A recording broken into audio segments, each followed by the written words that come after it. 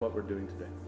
I think I should start with the ZMINA itself. Mm-hmm. So ZMINA is a non-governmental organization in Ukraine working with human rights since 2012, so for a very long time. And we've always been performing our function as a watchdog for the monitoring the government policies on human rights, etc. Right. But with the full-scale, first of all, with the invasion in 2014, right, we had to start working with war crimes and other violations in Crimea. Mm-hmm. That was one of the focuses of the organization. And now with the full-scale invasion, we also work with covering the war crimes all over the occupied territories, working with torture, enforced disappearances, illegal detention, deportation, so all those things. And me personally, my name is Onisyia Synyuk, and I'm a legal analyst at the organization. So when our team goes to the field, they gather the testimonies from the people who witnessed violations or who suffered from those violations. They come back with those testimonies, and I'm working with those testimonies. So I organize them, I look for patterns, I look for specific things that can point to perpetrators, to how it's all conducted, what is the system of all those violations in the occupied territories, and then it ends up in the analytic report. And so this report right here, 85% of men will pass through this detention center, is about the police department and the other centers that were found in Kupiansk after the liberation in September 2022. Wow, it's already, it's been a little while. But so what were some of the findings in this particular report? So this one concerns specifically the the illegal place of detention in the police department. So there were other places all over Kupiansk and the Kupiansk rayon, but this is one of the so-called like central ones, where they brought several people not only from the city itself, from Kupiansk, but from neighboring villages and settlements. So in this place, they held a lot of people of different categories, so we can watch who they pick to illegally detain. And that's usually this is Kharkiv region, but mainly the same people, the same categories of people are picked in Kherson region, previously in Kyiv region while it was occupied. So they aim at all of these people. And there were three categories, so kind of four categories in your notes. There was the ATO, the anti-terrorism group, or fighters, you know, and the defenders, and then someone related to defenders, and then people who would express Ukrainian support or nationality, and then or what perceived as expressed, and that's right. Because that is what's so dangerous, especially because the Russians basically perceive anyone not actively supporting them as suspicious, and as soon as they find anything that they find suspicious, like I don't know, having a Ukrainian flag at home, having a US flag at home, so that is would be also worse for some reason, I think. Yes, so that is something that somebody shouting Slava Ukraini in the street is also a trigger for them. So there were, in the report you point out that there were actually protests March 1st. Yes. Right after, so for the viewers, the area basically became under occupation like a few days later, what, the 27th, I think, February 27th? Something like that. It's very close to the border, so it was very quickly occupied. It's about 30 kilometers? Something like that, yeah. Wow. So this is important to start with the fact that we did have residents, even though the Russians were there, they did go out and express their Ukrainian identity. Absolutely. They made a peaceful protest. So they went to a peaceful protest, protested against the occupation. And what we also saw later, that some of the people that Russians picked out were picked from those protests. So there were some people who were filming the protest, and they published those in social media. And Russians used those videos to pick out the people who were present at the protest and then illegally detain them. Now, before we go into the individual categories, you know, I covered the story that ZMINA Group brought forward with Anatoly Harhati and Savinci. And similarly, one of the things that really upset him so much, perhaps the most, was that it was neighbors who basically did this. Do you have examples in the Kupiansk area where, for instance, the people who protested may have had someone locally go, oh yeah, that was so-and-so, or do we have any of that? Some of the people that we spoke that were illegally detained, they at least had suspicions that some of the residents of the city were the ones to point them out as someone supporting Ukraine or somehow helping the Ukrainian armed forces, feeding them information or something like that. Right. But that is all under investigation, so we are not very free to talk about specifics. But I want to start with an important figure who was right there at the beginning. Basically, the man that was importantly tasked to look after the town. He basically turned over and said, "Okay, what do we know about that?" That is a whole mystery, actually, Yeah. because he was seen in the first period of the occupation. Then some of the illegally detained people pointed out that he was actually then kept in the same illegal detention center as them, in a separate jail cell, so with some other people. He was not brought, for example, for like enforced labor, so he was not used in that. He was just spending time there, maybe sometimes interrogated. There is not a lot of information about that. But on the day when all of the people basically liberated themselves, because Russians just went away and even closed the doors for them not to get out, but people managed to get out, and they just couldn't find that's the last day that they saw him. After that, nobody knows where he is. Right. So let's go through the categories a little bit. So we know that they will go after fighters or defenders or men who could be a threat. Yeah, so former veterans, all of those categories, slightly any connection to the armed forces or even law enforcement, they will go for you. Yeah. What do you think about the fact that, like we saw in Balaklia, that the police station is used? Is it? Well, let me let you tell me what you think it is. I think that basically it's like free infrastructure. So it has the facility to keep people there. Right. You do not have to do much.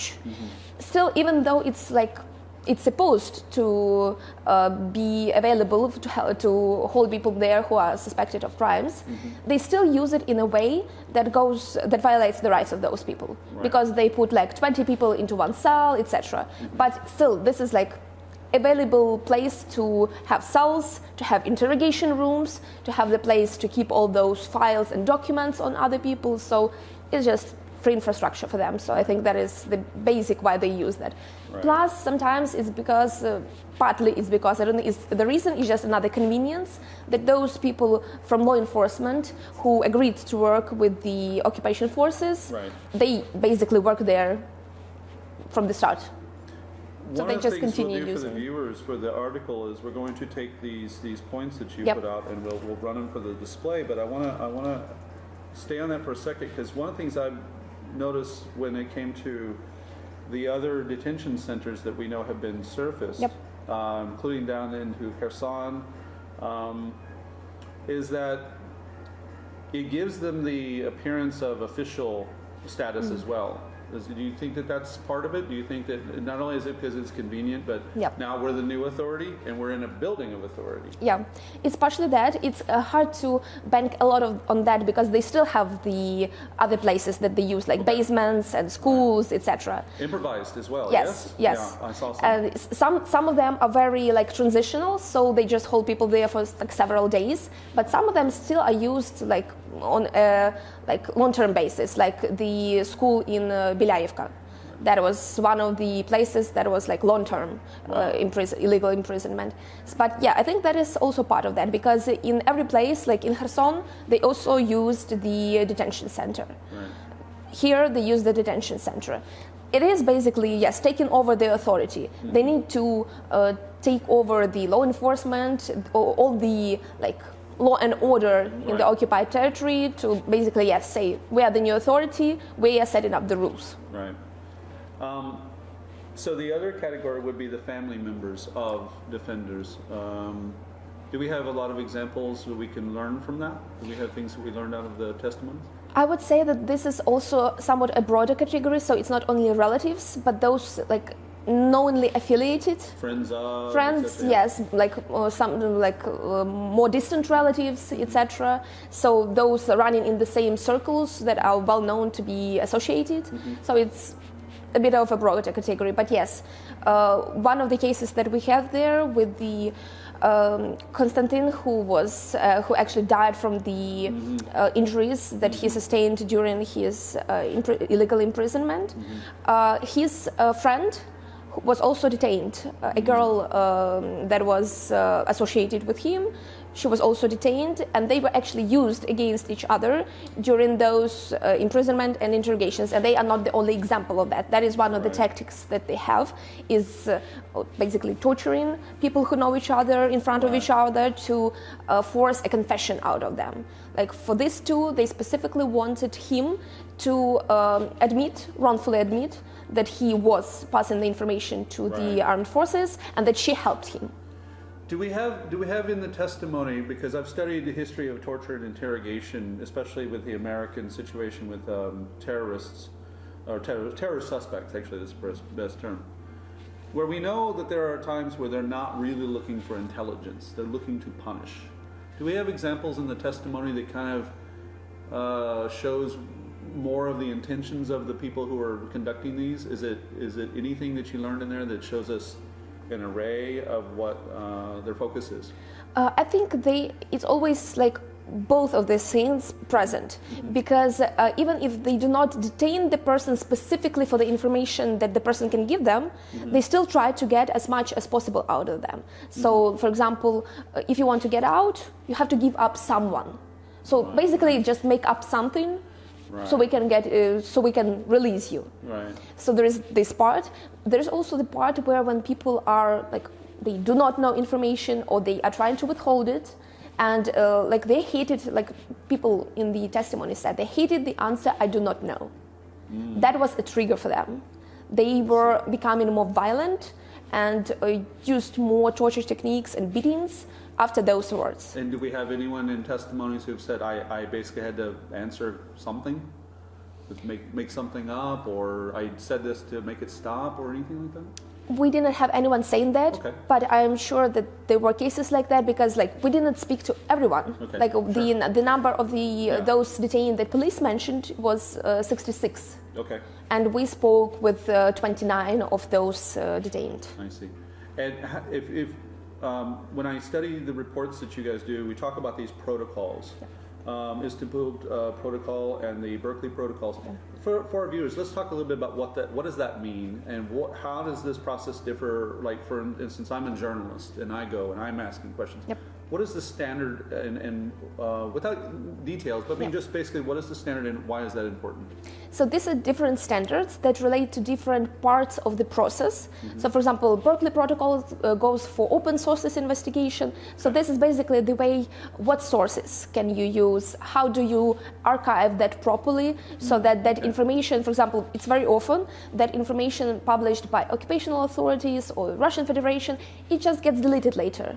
And if you want to use it as an evidence, you have to properly store it, so when it's deleted on the web, you have the archived copy of that, basically that. If we're talking about the Istanbul Protocol, it's basically how to talk to those who suffered from those violations, so you do not cause them additional harm. And also that this evidence can be used later in investigations, for example, because that is one of the goals that we have. So we do not just talk to people and get them to open up, but that those testimonies, that information can be later used to find the perpetrators and to get these people justice. Which is exactly what I like about the ZMINA organization, is that you have a very specific mission related to accountability. So let's go through a couple things about the detention situations too. So in the report, and we'll link to the report so everyone can read it, we mentioned overpopulation, but let's look at some of the others. So inadequate sanitary conditions. Do we have some, like I know that there are photos that are taken. Do you have researchers who go through and basically document the settings fairly well, and how is that done? So the team that goes to the field, they have like two missions. They go to the place where the people were illegally detained, so they look through it, look at the cells that people were held in, at everything like that, and then they get the testimonies where they like ask these specific questions to people so that they can get this information. Like what was, how many people were there in the cell with you at that time or during the whole time you were held? What did you get for breakfast and dinner? How many times did you eat during the day? Did you had an opportunity to shower at any point? Are you also one in here that I know is used in other examples covered in the past? Sensory, trying to destroy your sense of time with light and night and day not being easy. Yeah, it's Basically, To it's wear another people form, another way of psychological torture, basically, Right. because the light is always on. Also, in this case, people had like running water, so the system was a bit broken, and they were not going to fix it. And when they were asked to fix it, they just turned it off completely, Wow. and started turning on the water like at their own will. So that is one of the things they used, and the sleep deprivation is also something that they Right. heavily use, especially to like new detained people. So when new detained people came, they were like, do not let them sleep, and that was the responsibility of the others in the jail cell. And when the watchers noticed that someone was actually sleeping, they came into the cell, and everybody was beat up for that. Yeah. Limited access to medical care is very important because you have people, especially with occupation happening, that either have existing situations or new situations that evolve. How serious was that situation in Kupiansk? I know in the country we could talk about that, but in that area, how big was it? We actually do not have any information on the civilian side of this, but as for the detention center, like there was a nurse that was going around like every day and asking for complaints, but the people detained themselves said like she did not care about any actual complaints. She could basically at most give like a very basic painkiller, and even that was like something out of the ordinary. And based on her answers and the way she couldn't even make like a proper bandage, they assumed she didn't even have any proper medical education to be performing those functions. The best Russian education possible. Yeah. I want to deal with something more important, I think, about these reports, and that is something when I talk to Americans and we talk about war crimes. Well, a lot of people see something like a big destroyed apartment building in Dnipro or others and say war crimes, which is, that's another conversation. But I've said, well, wait a minute, what I'm more concerned with is when they actually finally gain control of an area, what they do on the ground to people will tell you mostly what you have to understand about the war crimes. Do you agree with that? Absolutely. Okay.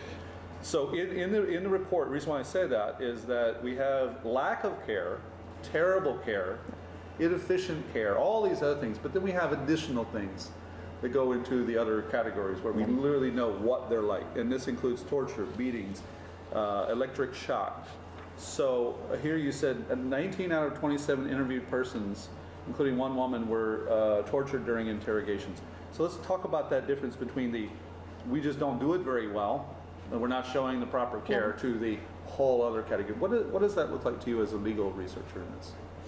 I would say that also a very important point is that it's not only about war crimes, it's at this point about crimes against humanity. Agreed. Because this is such a clear pattern on that going on every part of the occupied territory, that we can see those patterns. So we don't have rogue actors. Yes. This is definitely not like an excess of certain people. It's a system that they have to get that information and to pressure the local population to do not have any resistance to the occupation. So that is basically what they are doing. And in terms of both of those things are crimes, the action and the inaction. It's different parts of the same crime. Even with like people dying in detention, it's always either they were killed or they did not receive proper care to not reach that unfortunate end. And that is always combined in these cases. They have intentional beatings, they have intentional interrogations, they have intentional torture, and they also have the omission of their responsibilities to take care of those people, to provide proper medical attention, to provide proper food and basically water, all the basic necessities that people need to survive. Right. Who's doing all of this? Who's the one that's doing it? Is it LPR, DPR? Is it FSB? Is it a little bit of everything? Yes, that is basically a little bit of everything, but it's also very important. They do have a structure. As soon as they get a little bit of time to set that all up, they start building up a structure where people from specifically Russians come. Right. Those responsible for like these penitentiary systems in Russia as well, and FSB as well. Right. So they are usually at the top of the hierarchy in all of these places. So the LPR, DPR people might be like watching the everyday life, taking care basically of the those illegally detained. Right. But FSB are the ones deciding who stays, who leaves, who goes for interrogation. They are the ones doing those interrogations. Right. They are setting up the questions and how the interrogation goes, and when is the person getting tortured, and when they are released or not released. Right. Do we have commanders' names in any of those cases? We usually do not have names, just the, officers or something? what are the call signs? Call signs? Call signs, Yeah, yeah. yes. So some of those call signs were named in the testimonies. One of them was Joker. He was like considered by those detained like one of the higher ups because he was always like giving orders and everybody was listening to him. There was another guy, Dozor 7.1. Okay. And another guy that they also named, but they are also pretty careful with hiding their identities. So they only use call signs. Right. They do not introduce themselves at any points, Right. and that concerns not only the FSB guys, but generally those Russians and DPR, LPR people that are doing all of this. And they are also almost all the time hiding their faces.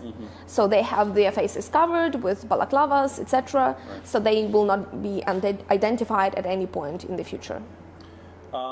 Do we have any, in this particular case, I look at non-Russians who are involved in the propaganda used to affect Ukrainians. Do we have any examples of, any non-Russians involved? Any like Wagner or Belarusian or anyone else that's not in that category in this area? Because I know in other areas we did, like Yeah. with Wagner, etc. In the testimonies that we got, nobody pointed out those. It was only Russians and those that the locals who were working with them. Right, right. And in this case, it was I think only LPR people, not the DPR. Okay. And what do we have as far as the legal situation in Ukraine and then outside of Ukraine? What are we looking at there? I know that there are investigations that happen here. Would you explain to the viewers a little bit about how the prosecution works here in Ukraine for those? So basically, most of these cases that are not like concerning the top officials, because everybody expects the ICC to do all the International Criminal Court to do all those investigations, but they will be dealing only with the top. Like Putin and maybe Maria Lvova-Belova and Lavrov, all those people. Right, right. But when we are talking about these cases, that is basically the responsibility of the domestic system. Okay. And that is what our domestic system is doing. They already have like a joint proceeding on this case, so they are still trying to find as much of those people that were illegally detained as possible to have the full picture and to bring justice to everyone. So at this point, they only have 66 of those, Okay. but they are still looking for the other ones. Plus, there are cases where several people are considered missing after So, the yeah, detention. that was one of my other questions. So Yes. the disappeared Yeah. is a category to pay attention to. Let's discuss that briefly. Is that basically what are the legal standards about disappearing people? What are the requirements in this situation according to the law? Well, basically, International law especially. yes.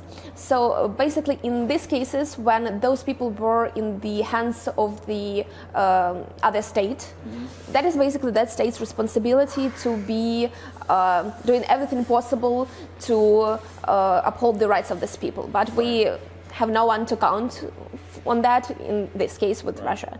So the other thing that is done is the ICRC, the International Committee of the Red Cross. So they have a unique mandate. They do not work only with those prisoners of war. They work with civilians as well. So they are the organization that are basically making inquiries. They are getting the lists of people they need to ask about, and then they go to the Russian Russian government and ask about them. So where are those people? Where are they held? Right. What is their status? What is their condition?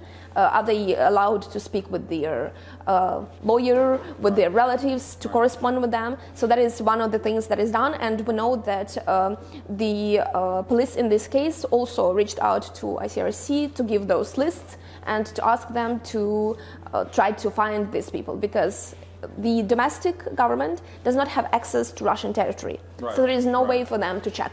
That is only an impartial party can do that. Right.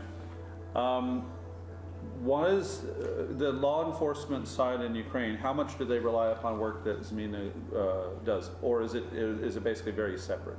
They have their own investigations. They don't use this, or does some of your research wind up in the hands of law enforcement?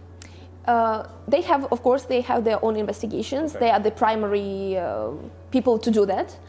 We are not trying to replace their functions. Sure. We are not investigators, but we still can help, because sometimes people are not very eager to speak with law enforcement for different reasons. Right. Sometimes people are too traumatized at a certain point, and they want to speak later, and we are reaching out to them at that later point. There is that as well. Right. And sometimes some people just slip through the cracks. So nobody indicates that this person was in detention, and the law enforcement just doesn't find them.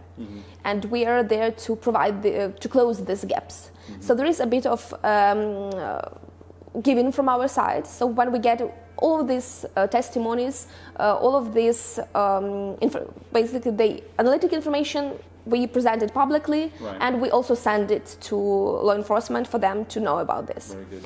And for those people who, when they sign the consent form, and they sign consent to give their testimony further to law enforcement, we also pass those testimonies on. Excellent. So basically, final thought, or the area I really want the viewers to know, especially since we're going to have an English speaking audience, or the outside world, and our Ukrainian friends. There's suggestions in the back, recommendations for state and Ukrainian sides. Well, let's start with that. Yep. And then we'll talk about the international community. What is it that these reports can do for the officials here, the state officials? Because there's you brought it into two couple categories, and we'll put them on the video. To law enforcement agencies in Ukraine, and then the state authorities in Ukraine. What would the recommendations be, essentially? So the recommendations we did were basically on the gaps that we saw when we spoke with those who were illegally detained. Okay. So some of them indicated that the communication from the law enforcement was not enough for them. Okay. So they didn't know what was their status in the proceedings, what was going on in the proceedings, so there needs to be a bit more communication. I think there are things being done, like as we speak, Sure. to do that, because there is in the prosecutor's office they are opening like a center for supporting those who suffered from violations during the war. So that might be some help in that direction, Okay. but we still pointed that out as one of the concerns that we have. Sure. And sometimes people are doubly interrogated, so that is also one of the issues that needs to be closely watched, because they can be re-traumatized. Right. So things like that. And when we are speaking about like other government agencies, there are these programs, especially for people who are missing, so that the relatives can get that status for them, so Right. that they are considered missing legally. Right. And those What does that do when they're officially missing? What process does that create? that is basically a lot of rights protection, because, for example, if they have an employment and then they Okay. come back, so that they cannot be considered as, I don't know, missing from work for that time, right. and they can get a backup of their salary, etc. There is compensation provided for being illegally detained, so they have to be officially considered illegally detained for that to receive that compensation. So there is all these things, you have to gather all the documents. The procedure is a bit complicated. It's not very understandable for common people, right, yeah. right, sure. And the communication is also not the best, so it's not well known that this is an option, Right. and how to apply for that option.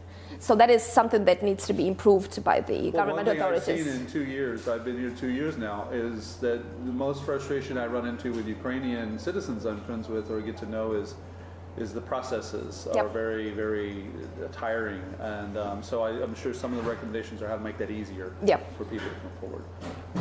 Is there anything at the larger level of policy, RADA level or et cetera, that you think has to be incorporated in any of this, or you think it's pretty much the country is adapting as information? What do you I think considering that we are speaking about crimes against humanity in this report, so we are indicating that there is the system and there is the scale for it to be considered crimes against humanity. Right. We have to have that in our criminal code.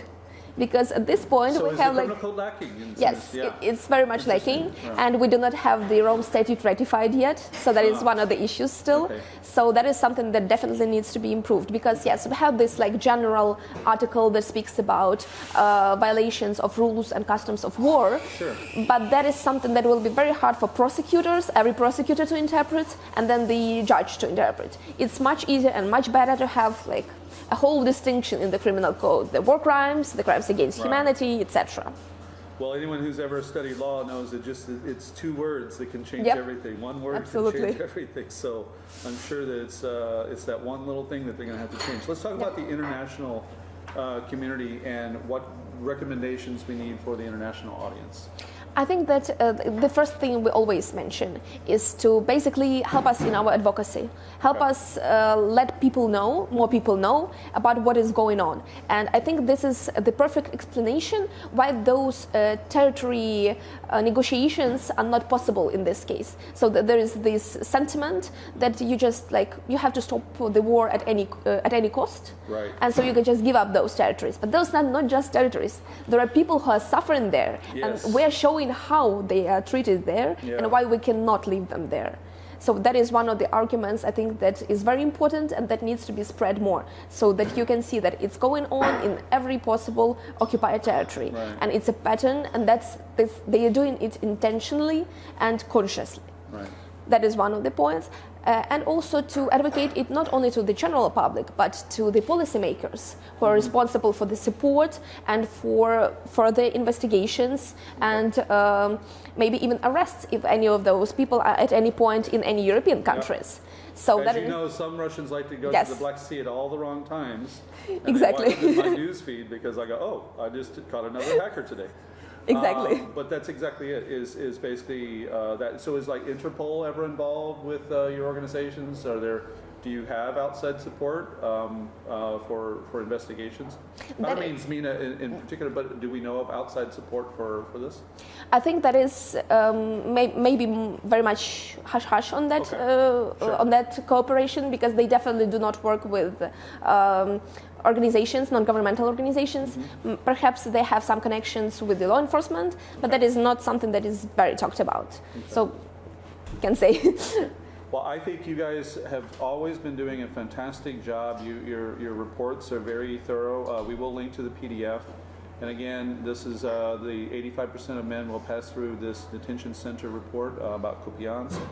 And I want to thank you for joining us, and we'll definitely have you back so you can tell us how this is going, because the war is not over. Yep. Thank you for the invitation. Of course. Now enjoy your coffee. Thank you.